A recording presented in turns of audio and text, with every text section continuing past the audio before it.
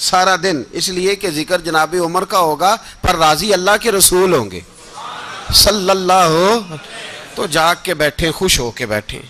ہمارے ہاں منایا ہی نہیں جاتا، بابے اللہ کیتا ساؤن بھادروں اسو کتا تے منڈے جنوری فروری، تو اسلامی سال بھی گیا اور وہ تاریخیں بھی ساری گئیں۔ یکم محرم امت مسلمہ کے لیے بہت بڑا دن ہے، بہت بڑا دن، یہ شہادت ہے حضرت عمر فاروق کی رضی اللہ تعالی عنہ۔ یہاں چھوٹی چھوٹی باتوں پہ گورنمنٹ چھٹی کرتی پھرتی ہے، چھوٹی چھوٹی باتوں، الیکشن ہو گیا تو چھٹی،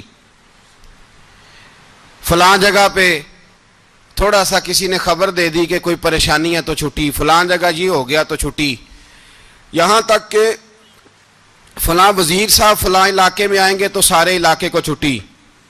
اور اب تو اس سے بڑا حال ہونے لگا ہے، اگر جن لوگوں کی سندھ میں حکومت ہے ان کے لیڈر کا دن آیا تو اس دن چھٹی، اور جن کی پنجاب میں حکومت ہے ان کا دن آیا تو چھٹی۔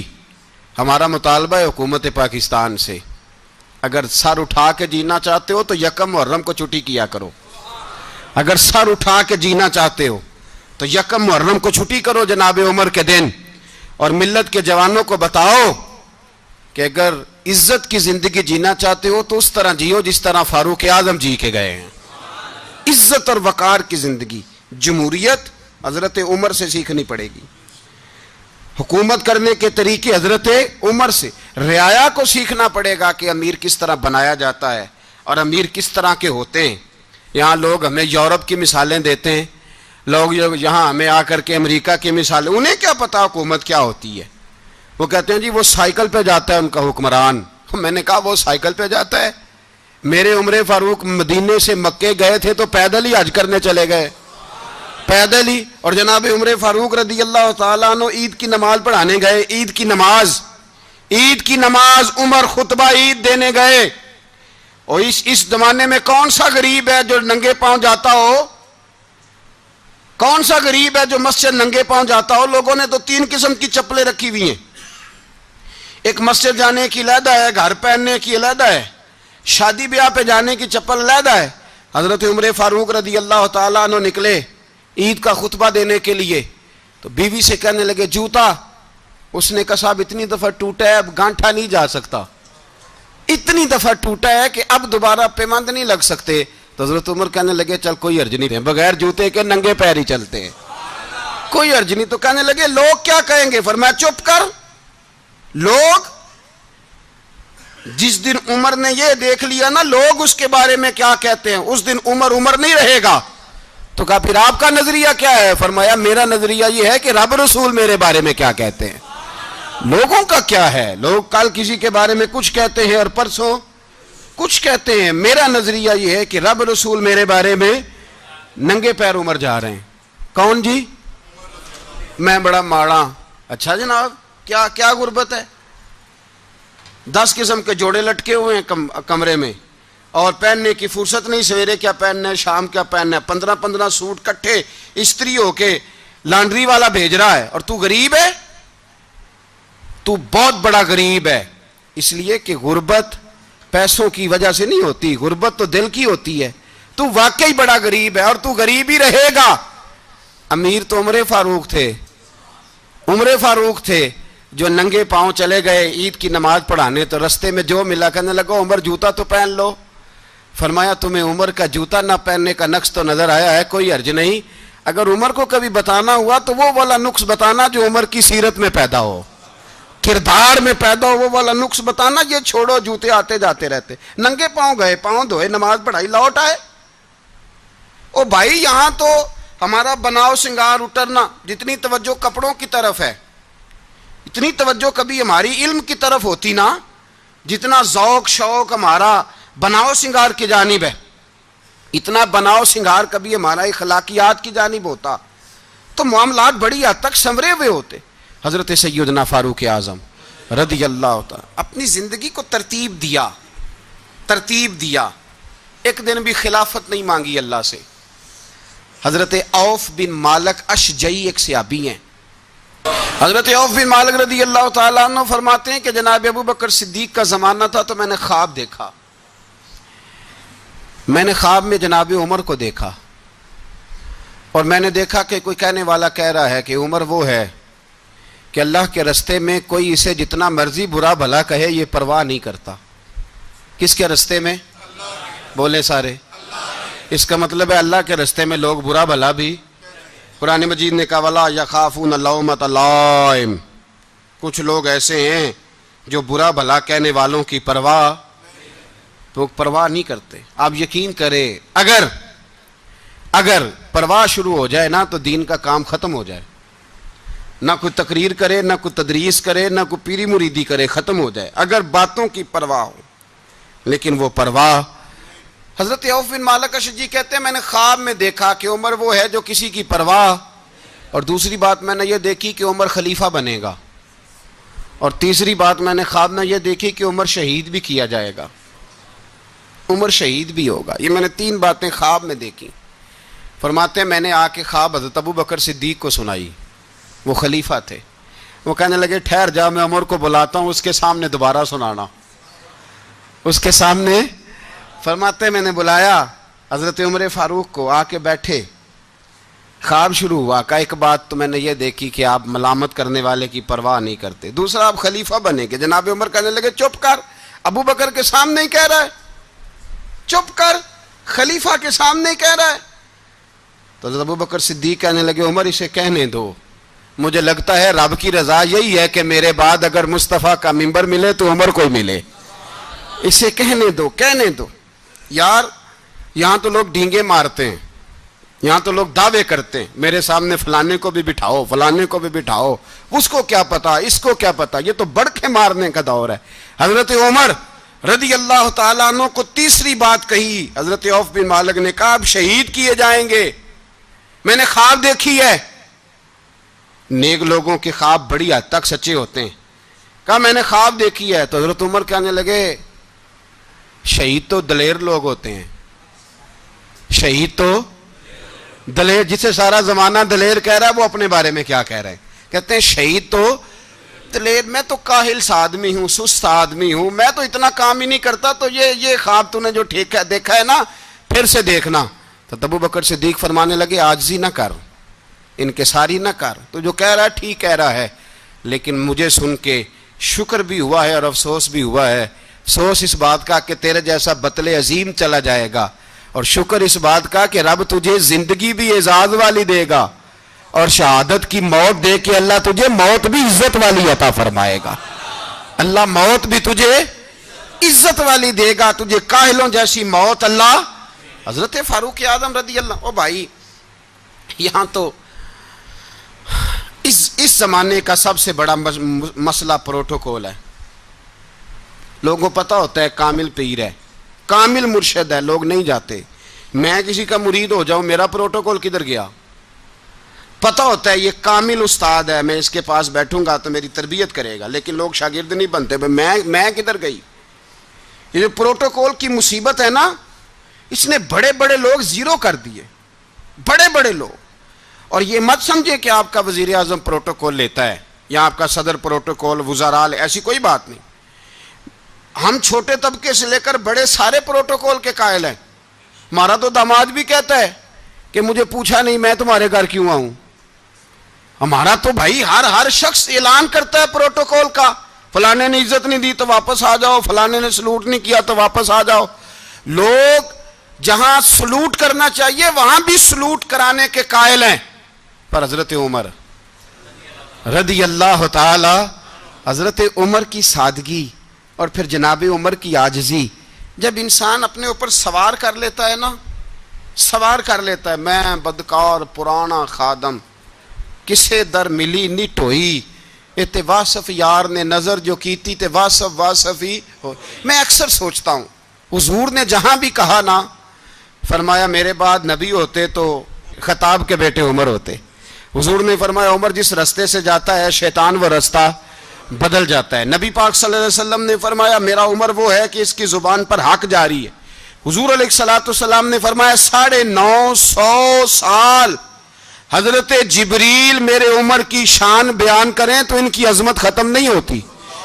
950 سال جبریل عظمت بیان کرے تو ختم نہیں ہوتی. یہ بات ہے حضرت عمر کی, اور فرمایا عمر ابو بکر کی نیکیوں میں سے ایک نیکی ہے.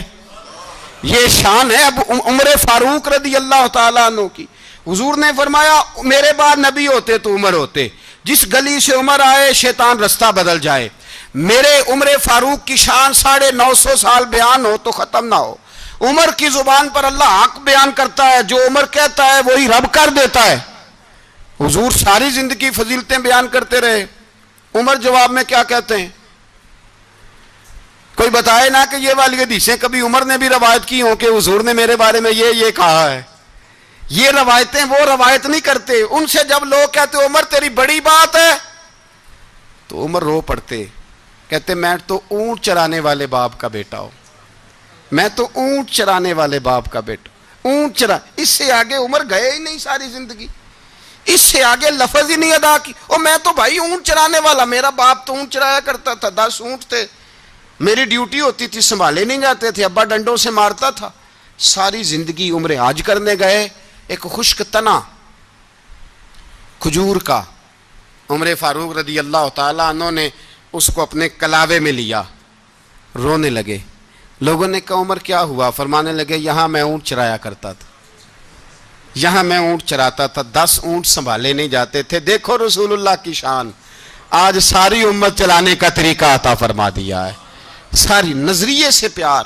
یار پیسہ کس کو برا لگتا ہے؟ آپ جس آدمی کی 50 کروڑ کی پراپرٹی ہے اس کو پوچھیں سب سے غریب, آپ کو وہی نظر آئے گا. وہ کہے گا میں ٹائٹ ہوں. حالات بڑے, میں کئی بار پوچھے انہوں نے, میں کہہ دا ترجمہ بھی 10 چھڑو کی, ہمیں تو سمجھ نہیں آتی. اور ٹائٹ حالات کون سے ہوتے ہیں جی؟ جس آدمی کا کروڑوں میں کاروبار ہے نا, اس کو آپ چھیڑے وہ رونے لگ جائے گا, رونے.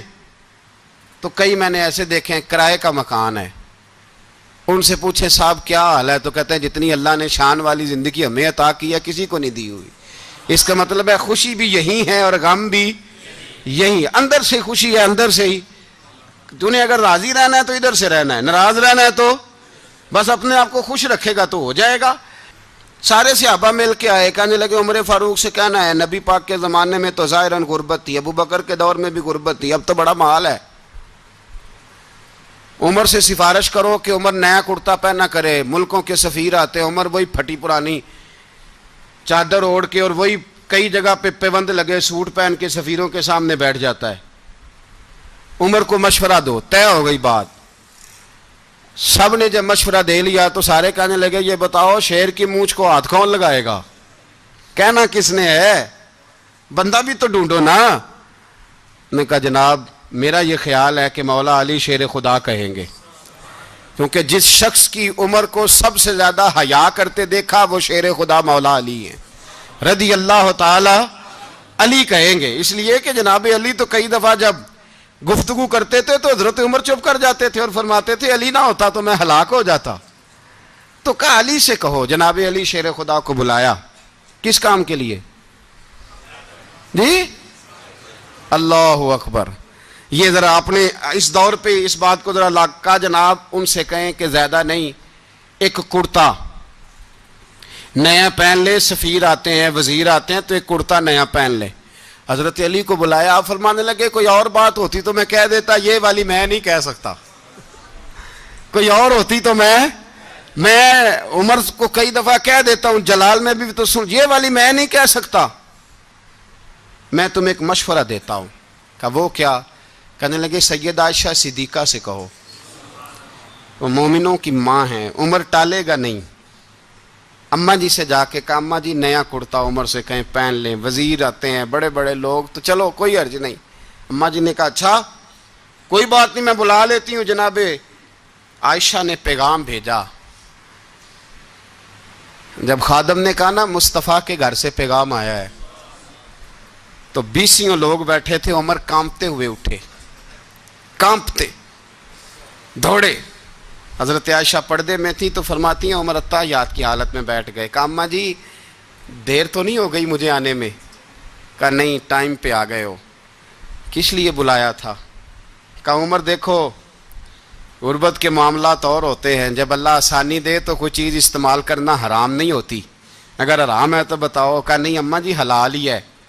تو فرمایا پھر اتنے سفیر آتے ہیں, مشیر آتے ہیں, اب تو مال غنیمت بڑا آتا ہے, ڈھیر لگ جاتے ہیں مسجد میں, تو چل ایک نیا کرتا تم بھی پہن لیا کرو, اور آپ نیا کرتا پہنو گے تو دھاک بیٹھے گی غیروں پر.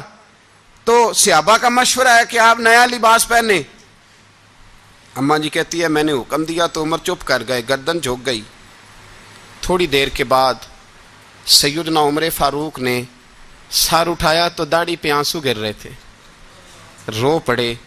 کہنے لگے پاک محبوب کی پاک بیوی, جیسے حکم کرتی ہو میں حاضر ہوں, پر مجھے وہ والا لباس پہنانا جو میرے مصطفیٰ نے پسند فرمایا ہے. اگر یہ رنگ رسول پاک کا ہے تو میں حاضر ہوں, اور اگر نبی پاک کا نہیں تو پھر جیسے آپ حکم کریں. جناب عائشہ کہتے ہیں عمر روئے تو میں زیادہ روئی, میرا پلو بھیگ گیا آنسوؤں سے. میں نے کہا عمر آپ جائیے. عمر یوں نکلے تو جو صحابہ کھڑے تھے وہ کونے میں تھے, سارے آ گئے. کہا اماں جی کیا بناؤ؟ فرمایا بھائی تم سب جو باتیں کہتے ہو وہ اپنی جگہ ٹھیک ہیں, پر عمر جو بات کرتا ہے وہ سب سے زیادہ ٹھیک ہے. عمر جس پہلو پر بات کرتا ہے وہ, یار ایسی عاجزی, ایسا رنگ, ایسا انداز, ایسا طرز حیات, ایسی زندگی. اولاد کے معاملے میں لوگ بزدل ہو جاتے ہیں, بزدل. پر حضرت عمر کا بیٹا مصر گیا, وہاں سے کمائی کر کے لایا, تجارت کرنے گیا, لاکھوں کا مال. کون سا باپ ہے دنیا میں جس کا بیٹا باہر سے پیسے لے کے آئے تو ابا تفصیل پوچھے کہ بیٹا کہاں سے کمائے, کہاں سے لایا, کتنے ملے, کیوں آئے؟ کون سا باپ تفصیل پوچھتا ہے؟ ابا تو کہتا ہے لا صحیح, اور تعریفیں کرتا ہے میرا بیٹا بڑی کمائی کرتا ہے. کبھی پوچھا ہے اس سے کہ ڈیوٹی صحیح دیتا ہے کہ نہیں؟ کبھی پوچھا ہے کہ تو ایمانداری کی روزی لاتا ہے کہ حرام کی کماتا ہے؟ یہ باپ کی ذمہ داری ہے, یہ اماں کی ذمہ داری ہے. پھر کہتا ہے بیماری کیسے آ گئی, پریشانی کیسے آ گئی؟ تو نے کبھی سوال کیا اپنی اولاد سے؟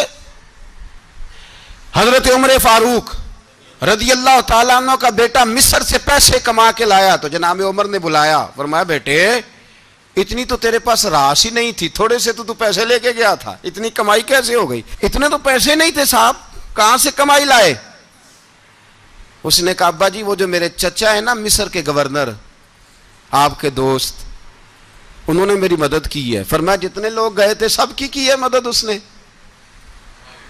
کہا نہیں صرف میری کی. فرمایا تیری کیوں کی؟ تیری کیوں کی؟ کہا حضور آپ کے دوست ہیں. فرمایا چپ کر, حضور انہوں نے مجھے اتنے پیسے دیے, میں نے کاروبار میں ڈالے تو نفع آیا تو میں ان کی رقم دے کے. فرمایا خاموش ہو جا, باقی جتنے لوگ گئے تھے سب کی مدد کی اس نے؟ کہا نہیں حضور صرف میری کی. فرمایا اس نے تیری مدد نہیں کی, اس نے خلیفہ کے بیٹے کی مدد کی, اس لیے کہ وہ خلیفہ کو اپنے حق میں نرم کر سکے.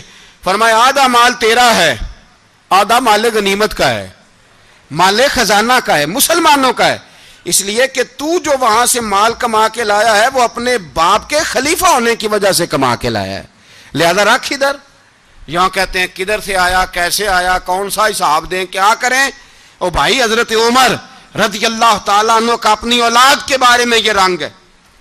ایک جنگ سے نا خوشبو آئی, خوشبو بڑی مہنگی ہوتی تھی, عرب میں خوشبو آج بھی بڑی مہنگی ہے, وہ زیادہ استعمال کرتے ہیں. میری باتوں کی سمجھ آ رہی ہے میرے بھائیوں؟ بڑی مہنگی خوشبو تھی. جب وہ خوشبو آئی تو حضرت عمر نے کہا, گھر میں پہلے پہنچی حضرت عمر کے, چونکہ زیادہ عورتیں استعمال کرتی تھی گھر کے اندر خوشبو, مرد بھی لگاتے تھے. حضرت عمر نے اپنی بیوی سے کہا, آپ کی زوجہ تو تھی وہ بڑی خوشبو کو پسند کرتی تھی. حضرت عمر نے اپنی زوجہ سے کہا کہ خوشبو لاؤ, میں نے ایک عورت کی ڈیوٹی لگائی ہے, وہ خوشبو تول کے نا تو حصہ برابر صحابہ میں بانٹ دے گی. تو آپ کی زوجہ کہنے لگی کسی بی بی کی ڈیوٹی لگانے کی کیا ضرورت تھی, میں جو موجود تھی میں بانٹ دیتی ہوں تول کے حصہ برابر. آپ نے فرمایا نہیں تو رہنے دے, وہ فلانی بی بی بانٹے گی. کہا حضور میں نے بھی بانٹنی ہے, میرے پہ کچھ حق ہے؟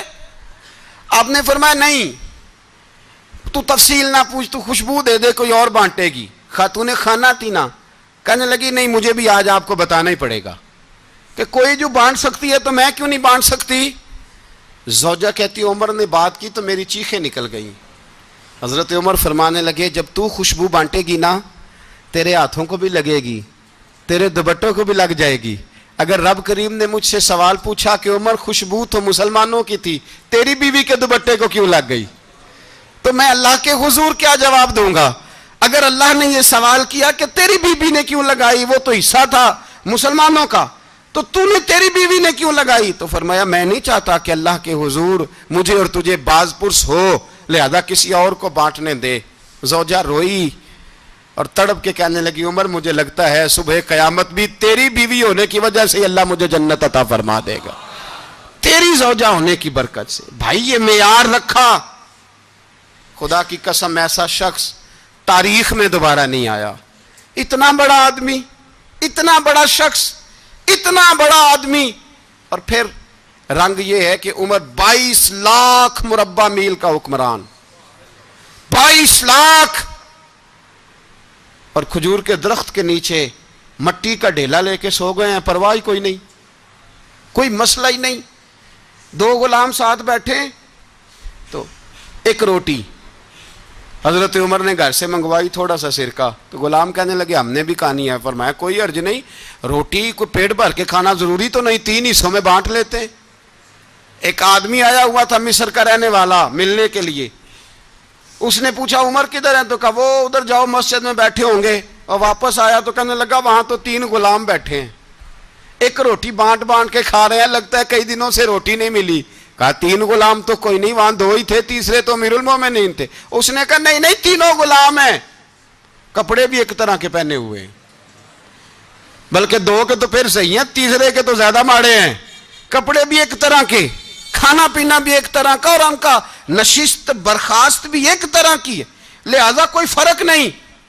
حضرت ابو ہریرہ کہتے ہیں میں لے کے آیا، اور جناب عمر کو جب میں نے کچی زمین میں تامت سمیٹ بیٹھے دیکھا تو میں رو پڑا۔ میں نے اس مصر سے آنے والے کو کہا تو اس کے جلوے دیکھ، اگر اس کی ذات میں اتنا حسن ہے تو محمد عربی کا مقام کیا ہوگا۔ یہ مقام غور ہے، مقام غور۔ 10 محرم کو لوگ دیگے پکائیں گے نا، نہیں پکانی ہے؟ کوئی بول دے نہیں، ہاں نہ نہیں کر دے، پروگرام بدلیا تو نہیں دی عید کی کہ وہی کام شروع ہوا ہے، لات ٹائٹ ہونے والا۔ کیوں جی پکنی ہے نا دیکھیں 10 محرم کو انشاءاللہ تعالی، ہم بھی پکائیں گے انشاءاللہ، یہاں بھی پروگرام ہوگا۔ تو 10 محرم کو جو دیگ پکنی ہے تو ایسا نہیں ہو سکتا کہ 1 محرم کو حضرت عمر کے نام کی بھی کوئی پک جائے۔ اگر امام حسن حسین کے نام کی دیگیں پکیں تو جو امام حسن حسین سے پیار کرنے والے ہیں، جو امام حسن حسین سے، ہم لوگوں نے بھی عجیب رٹا اپنایا ہے نا، ہم لوگ بات کا ایک پہلو دیکھتے ہیں دوسرا نہیں دیکھتے۔ حضرت امام حسن اور حسین کو بھی نبی پاک نے شہید کہا، اور جناب عمر کو بھی رسول اللہ نے خود شہید فرمایا ہے، فرمایا شہید ہے، خود فرمایا اپنی زبان سے کہ یہ شہید ہے، خود میرا عمر شہید ہے۔ تو ان کے نام کی دیگ نہیں پکنی چاہیے، اس طرف نہیں ہماری توجہ ہونی چاہیے۔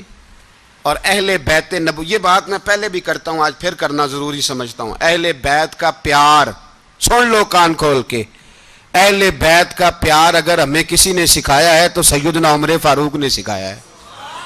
اہل بیت نبوت کی محبت اگر کسی نے سکھائی ہے تو کس نے سکھائی ہے؟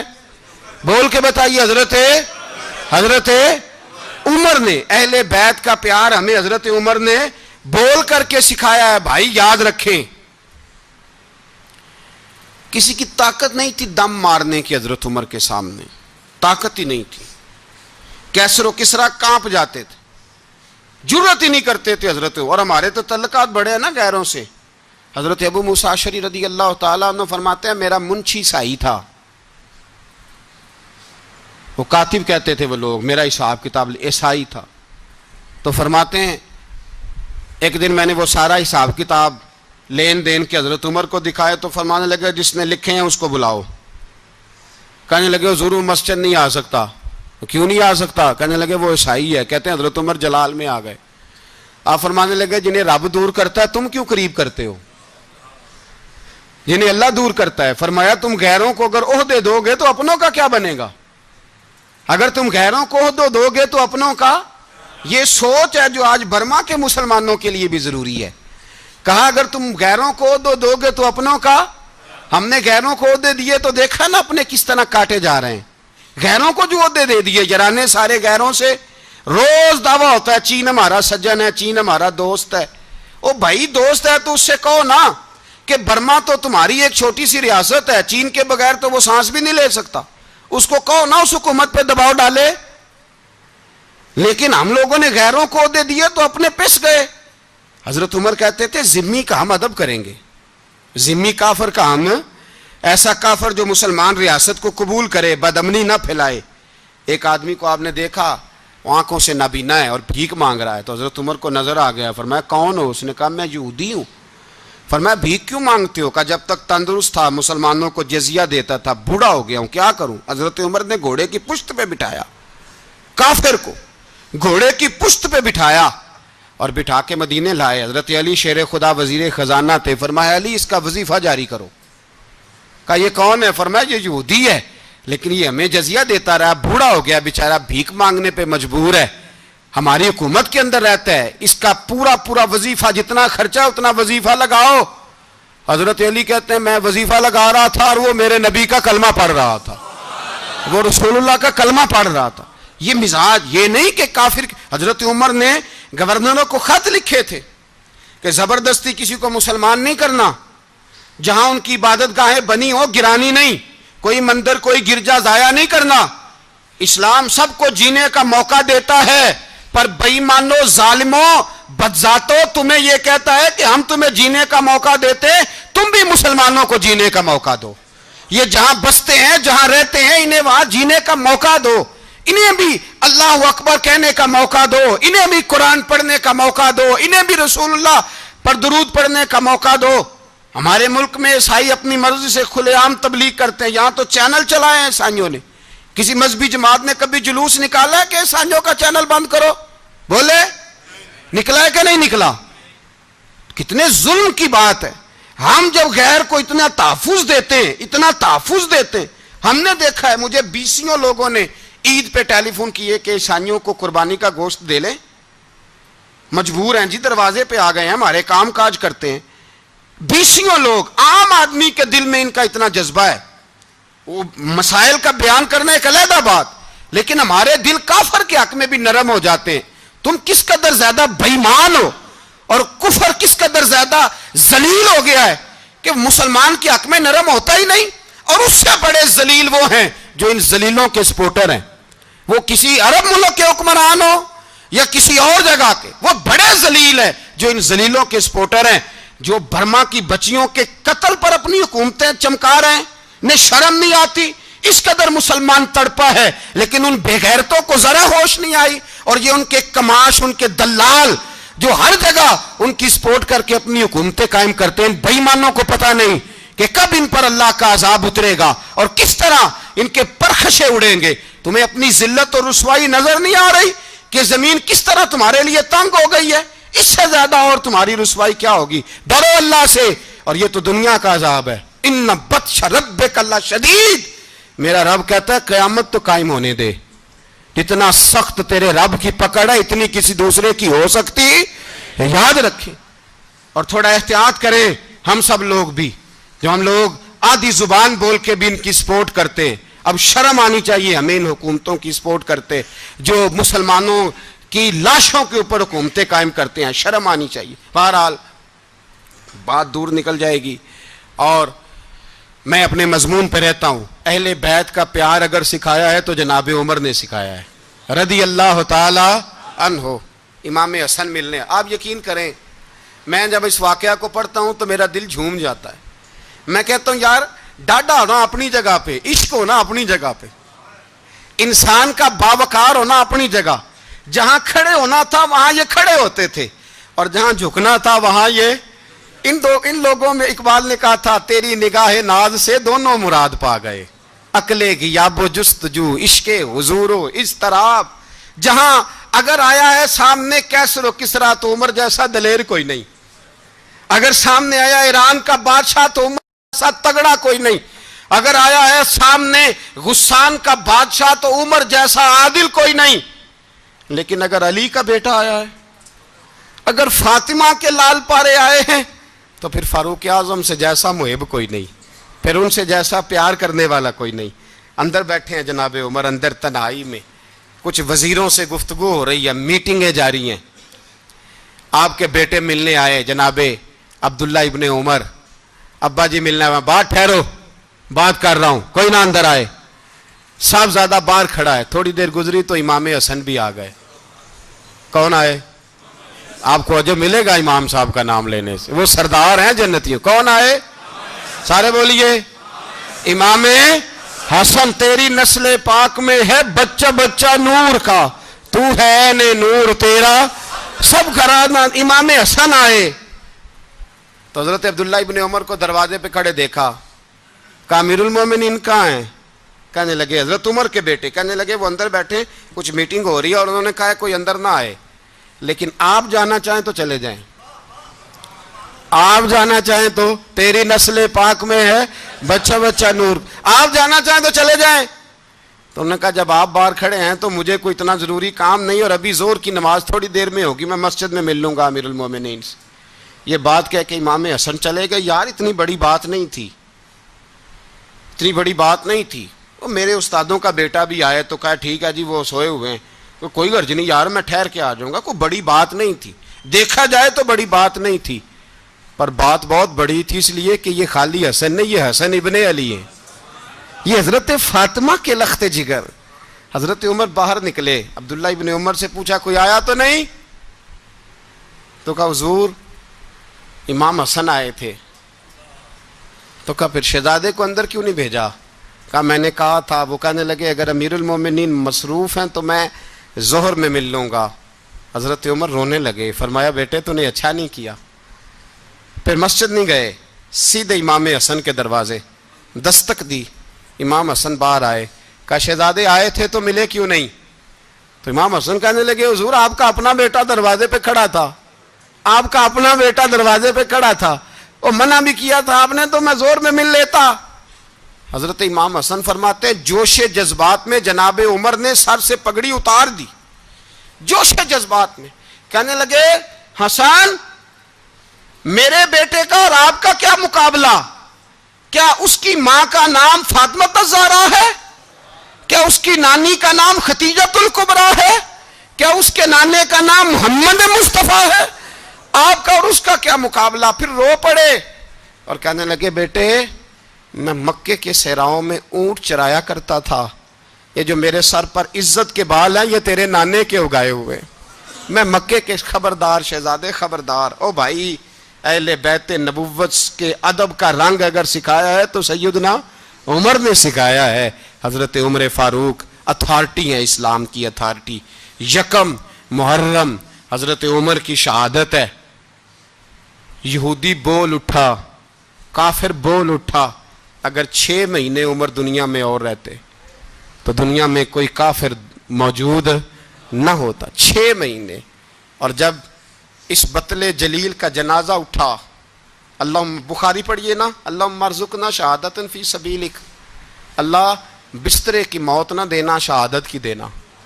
عمر شہید ہوئے, مسجد نبوی میں نماز پڑھاتے, اور جب جنازہ اٹھا تو مدینے کا پھر پیچھے جو دلیر بچے وہ مولا علی تھے. مولا علی, جناب عمر کا جنازہ اٹھا تو سب سے پہلی ہائے جو نکلی وہ حضرت علی کی زبان سے نکلی, اور حضرت علی کی ساری داڑھی آنسوؤں سے بھر گئی. لوگوں نے کہا کہ علی کیا ہوا؟ فرمانے لگے تم دیکھ نہیں رہے جنازہ کس کا اٹھا ہے, پلٹ کے دیکھو تو صحیح, تم پتہ نہیں یہ کون گیا ہے. کہ حضور کیا ہوا؟ آپ فرمانے لگے عمر اس طرح کے کام کر کے گیا ہے, اب ان کے رستوں پہ کون چلے گا؟ کون اس کے جگر راہ وفا میں؟ میں نقش ایسے چھوڑ آیا ہوں, میں جس منزل سے گزرا ہوں وہ اب تک یاد کرتی ہے. حضرت علی حضرت عمر کے جنازے پہ کھڑے ہو کے کہتے ہیں اللہ مجھے اس طرح کے عمل کرنے کی توفیق دے جس طرح کے عمر کر کے گیا. میرے بھائی بطل عزیز, بطل حریت حضرت عمر رضی اللہ تعالیٰ عنہ, جو اپنی زندگی انقلاب والی گزار کے گئے. عمر جب دنیا سے گئے تو 80 دینار کا قرضہ تھا, 22 لاکھ مربع میل کا حکمران. اور اپنے بیٹے سے کہنے لگے بیٹے کوشش کرنا تیرے خاندان والے مل کے میرا قرضہ اتار دے, میری قبر پہ بوجھ نہ رہے, اور اگر خاندان والے مدد نہ کریں تو میرے دوستوں سے بات کرنا, وہ مدد نہ کریں تو پھر علی سے بات کرنا.